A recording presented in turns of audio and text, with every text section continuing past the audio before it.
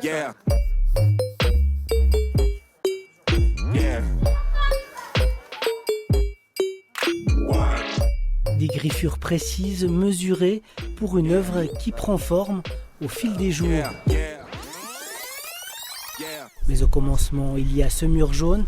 Pour Issam Rezghi, graffeur qui vit de son art, c'est sa page blanche. C'est un moment de plaisir en fait parce qu'on part de rien et puis c'est là qu'on pose les premiers traits, donc la première intention. Tu peux aller plus proche? Des premiers sprays qu'Issam Rezghi partage avec ses élèves d'une classe octodurienne. L'œuvre qui va naître sur ce mur, qui jouxte un parc à vélo de l'école, c'est aussi l'occasion de partager une technique artistique. On démarre le projet avec quelques touches sur le mur et puis comme ça ils peuvent avoir une approche du spray et puis c'est aussi le moment pour donner des explications, faire passer certains messages aussi de prévention. Pour nous, c'est intéressant qu'il y ait des interactions entre l'artiste et puis les enfants. Donc il y a quelques enfants qui ont pu venir travailler et puis mettre un petit peu de leur talent sur cette œuvre. Check. Yes. La difficulté pour l'artiste, reproduire ce projet papier sur ce mur taille XL, mais aussi la possibilité de mettre en valeur les détails. Cette illustration offre plusieurs lectures. Il y sera question de mobilité douce, de développement durable ou encore de lien entre les générations.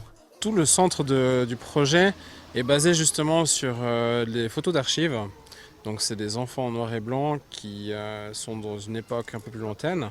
Et c'est le lien direct avec la position de Martigny comme ville d'archives visuelles du Valais, avec la médiathèque.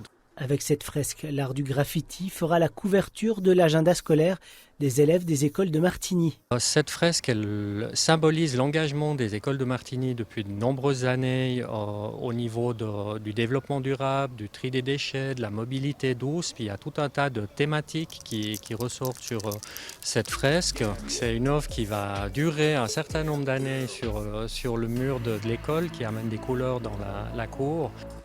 Du plaisir partagé, forte de ses couleurs et des messages qu'elle véhicule, cette œuvre attire déjà les regards. Hélène Joie-Cagnard, bonsoir.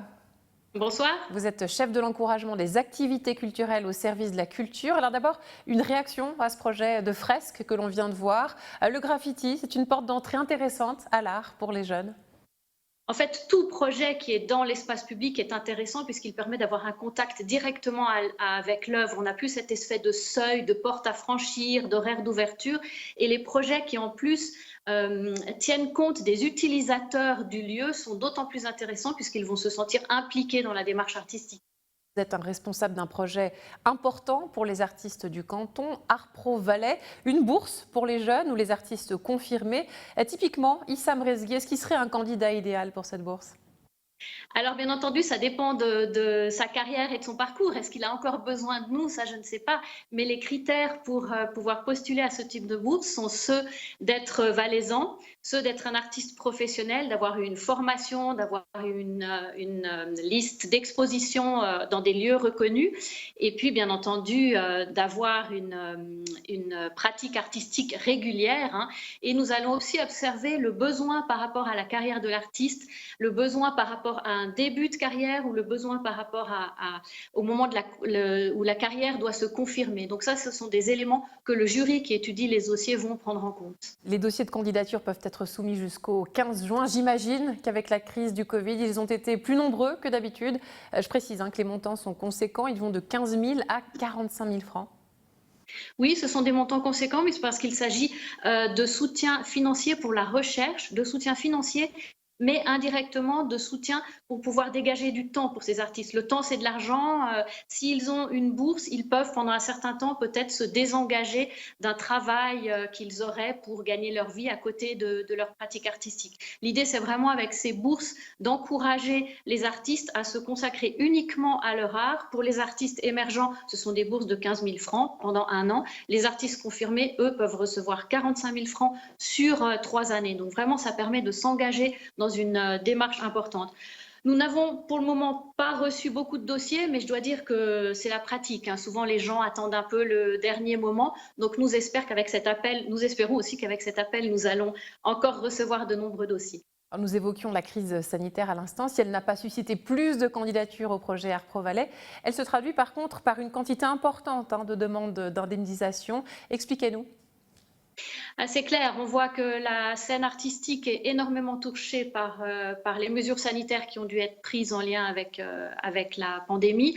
Alors si nous recevons beaucoup de demandes, c'est aussi parce que ces indemnisations s'adressent non seulement à nos requérants habituels, acteurs culturels, entreprises culturelles à but non lucratif, mais aussi aux entreprises culturelles à but lucratif. Et c'est là que l'on se rend compte, avec tous ces dossiers, que la culture est une économie et que beaucoup de gens sont dépendants du fait que le public vient voir ces activités culturelles pour faire vivre ces entreprises. Une dernière question, quel impact aura eu cette pandémie sur la création artistique en Valais ?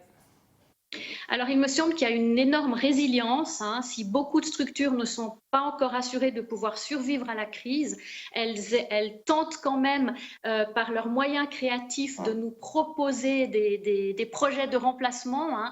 On voit que l'été, malheureusement, devra se réaliser sans les grands festivals, mais de nombreux artistes ont envie de continuer d'être créatifs et de proposer de petites formes, mais des formes qui spontanément sont créées, parfois sans moyens. Et il serait très dangereux que ces petites formes sans moyens nous fassent revenir en arrière à une culture qui ne dépendait pas de moyens financiers et qui n'était pas encore entrée dans une économie de la culture. Hélène Joaquin, merci d'avoir été avec nous quelques instants. Une très belle soirée à vous. À vous aussi, merci.